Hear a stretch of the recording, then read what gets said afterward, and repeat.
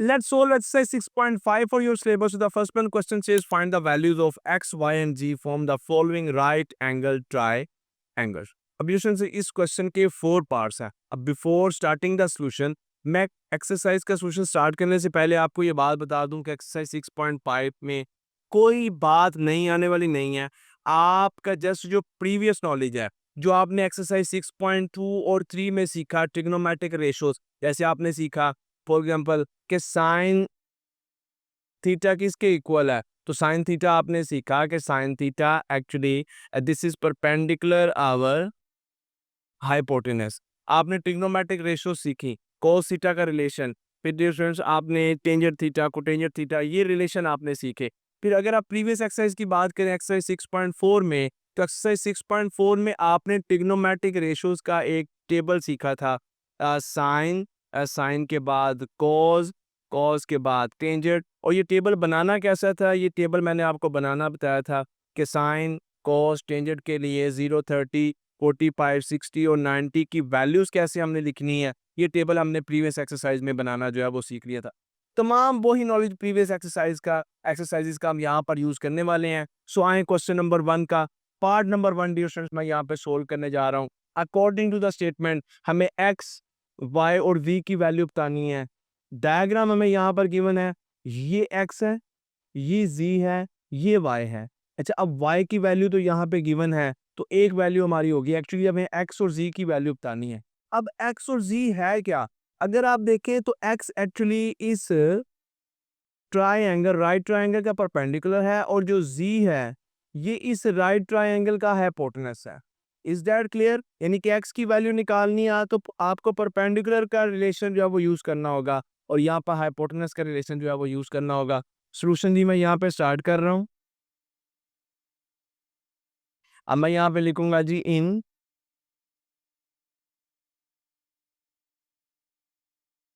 Right angled triangle it is A B C. ठीक है जी, वहां पर right triangle A B C है, एंगल बी इसमें 90 डिग्री का, opposite side hypotenuse, this is perpendicular, this is base for the angle theta. अगर इस एंगल को हम थीटा कंसीडर करते हैं तो ये हमारी बेस है, ये परपेंडिकुलर हाइपोटेनस, तो यही रहेगा. आइए जी, अब मैं एक्स की वैल्यू के लिए क्या कर रहा हूँ जी, वी नो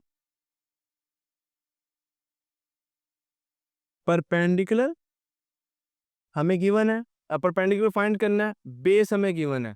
अब मुझे आप जरा बताइएगा परपेंडिकुलर ओवर बेस क्या होता है जी, परपेंडिकुलर ओवर बेस. तो आप कहेंगे sir this is tangent theta, और थीटा यहाँ पर गिवन है 30.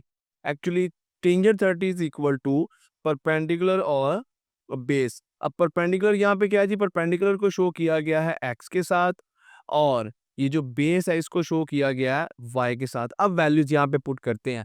अब टेंजेंट 30 की वैल्यू, अब टेंजेंट 30 की वैल्यू कैलकुलेटर से देखेंगे, नहीं कैलकुलेटर से वैल्यूज नहीं देखनी है स्टूडेंट्स, आपने वैल्यूज लेनी है टेबल वाली. टेबल वाली वैल्यू प्रीवियस एक्सरसाइज के क्वेश्चन नंबर 1 में मैंने आपको टेबल ड्रा करना सिखाया कि आपको टेबल की वैल्यूज, ये टेबल है, दिस इज द टेबल. आपको इस टेबल को रट्टा लगाने की जरूरत नहीं, रट्टा लगाएगी किसी एक वैल्यू पे भी कंफ्यूज हो गए, काम गया. आपने इस टेबल को लिखना सीखना विद इन 2 मिनट्स. कैसे? एक्सरसाइज 6.4 के क्वेश्चन नंबर 1 में मैंने आपको सिखाया. तो आप आसानी इस टेबल को विद इन 2 मिनट्स जो है वो खुद ही ड्रा कर सकते हैं. रफ में ड्रा कर लिया, ये रफ है, ये इस क्वेश्चन की रिक्वायरमेंट नहीं है, रफ में ड्रा कर लिया. अब मुझे वैल्यू चाहिए टेंजेंट 30 की, this is tangent, this is 30, value आ गई 1/√3 is equal to X as it is, और वाई की वैल्यू हमारे पास है विच इज 4. 4 अदर साइड पे जाएगा, then X is equal to 4/√3. तो इस तरह एक्स की वैल्यू हम लिख देंगे जी 4/√3, और ये क्योंकि सेंटीमीटर में है तो इसके साथ भी डियर स्टूडेंट्स हम क्या लिख देंगे जी, सेंटीमीटर लिख लेंगे. तो इसके साथ हमने एक्स की वैल्यू जब वो फाइंड कर ली है. अच्छा, अब हमें वैल्यू किसकी फाइंड करनी है जी, जी की भी वैल्यू फाइंड करनी है, क्योंकि एक्स वाई जी की वैल्यू फाइंड करनी है. एक्स की वाई की गिवन है, एक्स की फाइंड कर ली है. अब जी की वैल्यू के लिए जरा वर्किंग देख लीजिएगा, मैं यहाँ पे कर देता हूँ जी, मैं नेक्स्ट स्लाइड पे नहीं जा रहा. सो जी, अब जी का रिलेशन फिर ये तो वैल्यू गिवन है इसी के साथ बनाएंगे. वैसे तो हमने एक्स भी फाइंड कर लिया है, लेकिन अब हम जी का और y का जो है वो रिलेशन बनाएंगे। तो ये बेस है, ये हाइपोटेनस है, तो रिलेशन बनता है cos 30 is equal to base over hypotenuse. अब ये चीजें कि cos बेस ओवर हाइपोटेनस है, टेंजेंट परपेंडिकुलर ओवर बेस है, ये आप प्रीवियस एक्सरसाइज में हम इसको सीख के आए हैं। सो प्रीवियस एक्सरसाइज का नॉलेज यहाँ पे यूज हो रहा है। अब cos 30 की वैल्यू कैसी है जी, ये cos 30 है स्क्वायर रूट 3/2।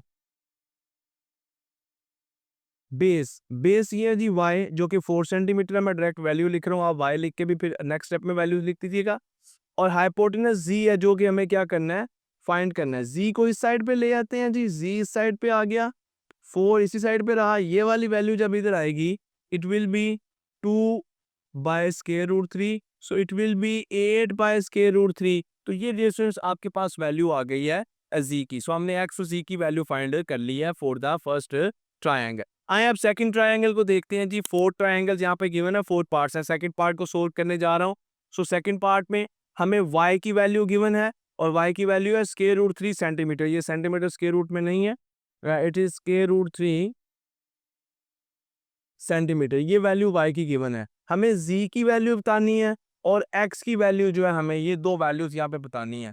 तो आए जी कुछ सोल्यूशन मैं यहाँ पे स्टार्ट करता हूँ। उसी तरह जरा प्रॉपर हम लिख लेंगे जी। In right triangle, right angle triangle ABC जी, वर्किंग स्टार्ट करते हैं जी। x की वैल्यू है x, तो अब क्या करते हैं, ऐसा करते हैं जी, ये परपेंडिकुलर है इस एंगल के लिए, इस एंगल को लेके चलेंगे। तो ये परपेंडिकुलर है और ये क्या है, बेस है। अब मैं आपसे पूछता हूँ परपेंडिकुलर और बेस का क्या रिलेशन है, आप कहेंगे sir perpendicular over base is equal to tangent. So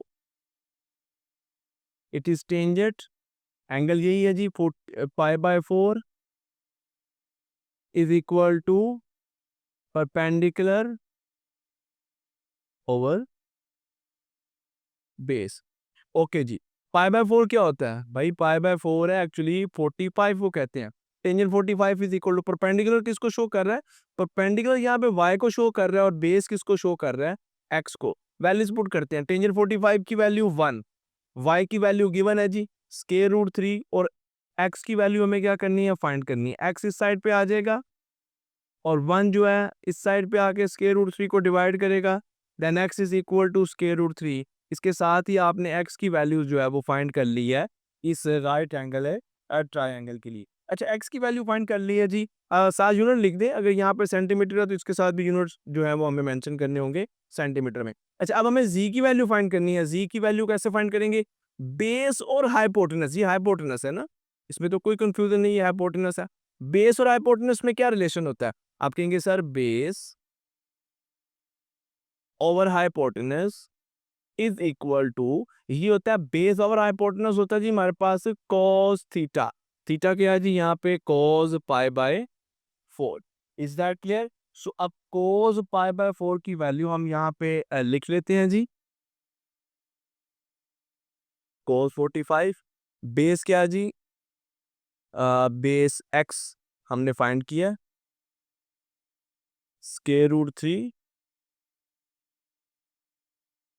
hypotenuse हमें फाइंड करना है विच इज z। अब cos 45 की वैल्यू, अगेन टेबल ड्रा आपने साइड पे रफ अमल में, रफ में टेबल ड्रा कर लेना है। ये मैंने रफ में टेबल ड्रा कर लिया हुआ है जी, ये cos 45। और कहेंगे सर आपने तो फॉरन यहाँ पे टेबल अपीयर कर दिया है।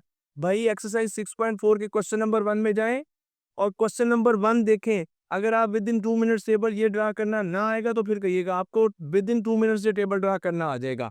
सो cos 45 is equal to 1 by square root 2। So इसकी वैल्यू आ गई जी 1 बाय स्क्वायर रूट 2 और यहाँ पे हमारे पास चल रहा है जी स्क्वायर रूट 3 बाय जी को इस साइड पे ले आते हैं। z इज इक्वल टू, ये स्क्वायर रूट 3 है जी और ये स्क्वायर रूट 2 यहाँ पे आके क्या हो जाएगा, मल्टीप्लाई हो जाएगा। तो z की वैल्यू हमारे पास आ जाती है जी स्क्वायर रूट 6। ये हमारे पास z की वैल्यू आ गई है। सेकंड ट्रायंगल के लिए हमने x y z की वैल्यूज देख ली, तो अब देखते हैं थर्ड पार्ट को। और थर्ड पार्ट में भी अगेन ट्रायंगल ABC है और अब हम यहाँ पर z की वैल्यू गिवन है, x और y की वैल्यू जो वो हमें फाइंड करनी है। सो आए सोल्यूशन मैं यहाँ पे जी स्टार्ट कर रहा हूँ। Solution in right triangle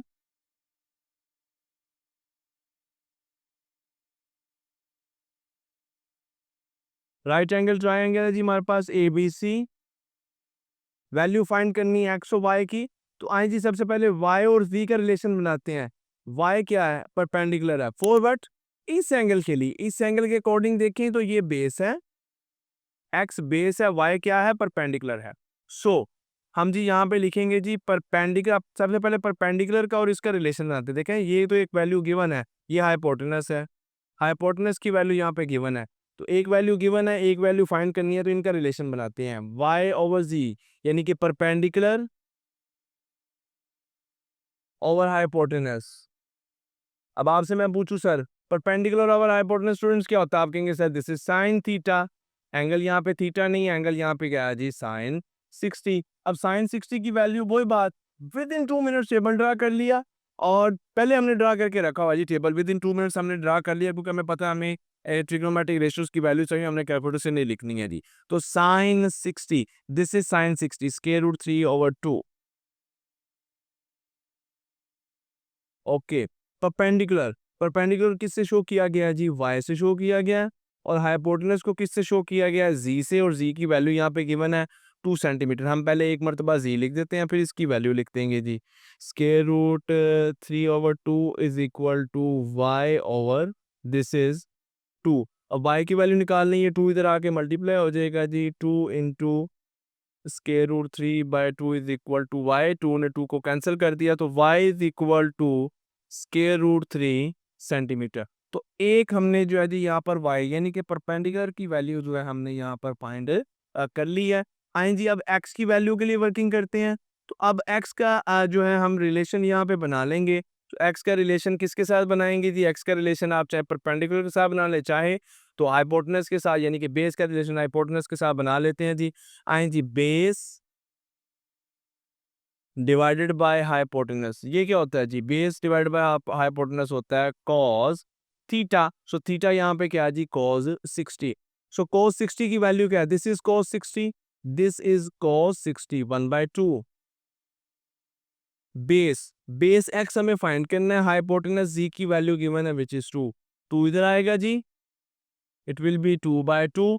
very simple, X की वैल्यू हमारे पास क्या आ जाएगी जी, 1 के इक्वल आ जाएगी। सो इसके साथ फिर डियर स्टूडेंट्स हमारे पास एक्स और वाई की वैल्यूज आ गई हैं फॉर द पार्ट नंबर 3। और अब पार्ट नंबर 4 जो है क्वेश्चन नंबर 1 का लास्ट पार्ट है, इसमें जो ट्राइंगल गिवन है इसको हम देखते हैं जी। A B C again triangle है, थीटा यहाँ पे अब 45 डिग्री है, एक्स और जी की वैल्यू फाइंड करनी है, यानी कि एक्स इस एंगल के लिए परपेंडिकुलर है, और ये तो हाइपोटेनस है, इसमें किसी तरह की कोई कंफ्यूजन है नहीं है। परपेंडिकुलर हाइपोटेनस की वैल्यूज फाइंड करनी है, तो आए जी वैल्यूज फाइंड करते हैं। वाई 4 सेंटीमीटर जो है गिवन है, टेबल हमने पहले ही ड्रा करके रखा हुआ है जी। सॉल्यूशन स्टार्ट कर रहा हूं। In right angle triangle A B C, perpendicular और हाइपोटेनस फाइंड करना है, तो परपेंडिकुलर का रिलेशन बनाते हैं जी हम, ये बेस है, अब बेस के साथ। सो हम लिखेंगे जी परपेंडिकुलर ओवर बेस। अब परपेंडिकुलर ओवर बेस क्या होता है, ये होता है जी टेंजेंट थीटा। थीटा क्या है जी, यहाँ पे टेंजेंट 45।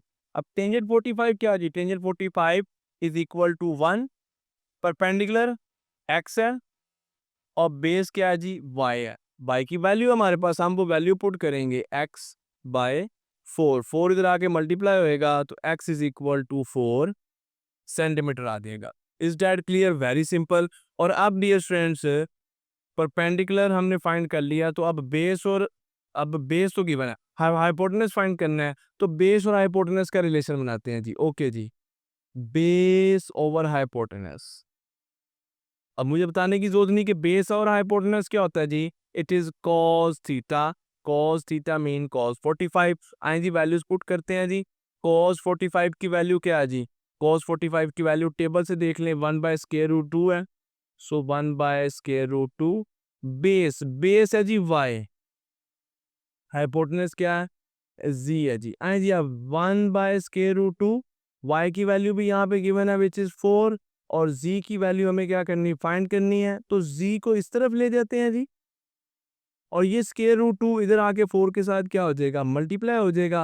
हमारे पास z की वैल्यू आ गई है 4 इंटू स्केयर रूट 2 सेंटीमीटर। सो इसके साथ क्वेश्चन नंबर 1 में जो ट्राइंगल्स गिवन थी इन ट्राइंगल्स को हमने सोल्व कर लिया, यानी कि इन ट्राइंगल्स के लिए एक्स वाई जी की वैल्यूज फाइंड कर ली।